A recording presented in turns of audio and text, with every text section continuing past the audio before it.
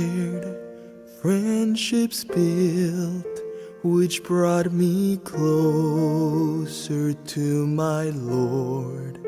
At times we prayed, at times we cried, we grew so much together. I thank God for meeting you, and through your life knowing Him more as we depart our separate ways. Mahal naming Tito Rene, habang kayo po ay nagpapaalam sa ating simbahan at sa ating Villa Community matapos ang 6 na makabuluhang taon, nais po naming iparating ang aming taos-pusong pasasalamat at paggalang sa inyong buhay, paglilingkod, at pagiging tunay na biyaya sa amin.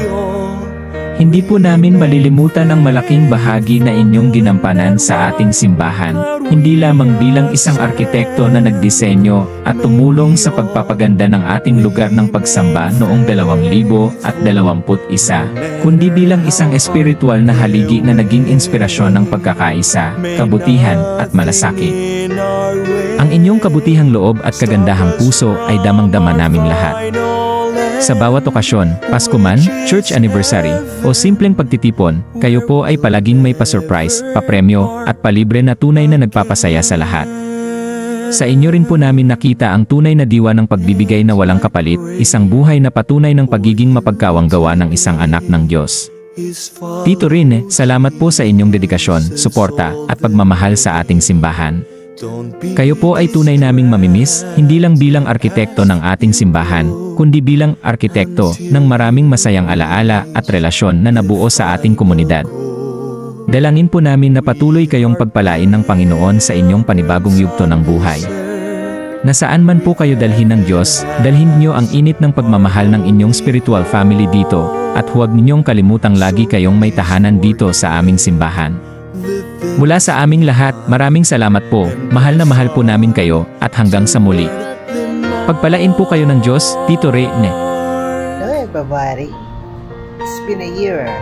Kumusta ka, Kuya Rene? Surprise? And sister in Christ, I have message for you. My brother in Christ, may God's presence be with you always. Take care and stay strong. In faith, as you depart, know that you'll be missed. But God's blessing will accompany you. Farewell for now. But may your heart remain rooted in faith, hope, love as you start this new chapter. The Lord's plans are greater than ours. Trust in His goodness and guidance. May God bless you, your journey, and prayer for your safety, success, and spiritual growth. God bless you together in the Philippines, your family, your kids. Be happy, stay as you are, and keep in faith. Till one day we meet. Bye, Kuya Rene. Good luck. God bless you. Faithful till in that white cloud we ascend. May we all remain faithful, no matter how hard the way. May nothing in our way stop us from our final end, which is heaven, where we'll never part again. Where we'll never part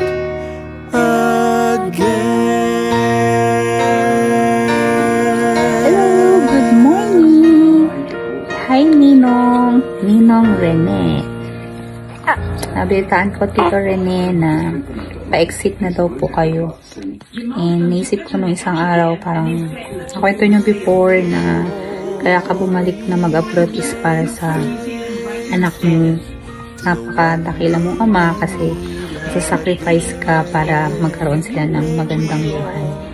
I guess, right decision yan na umuwi ka na and makasama na ang iyong family habang malakas pa, makapag-banding pa ng mabuti, and naway i-grant kung ano man ang desire pa sa puso mo.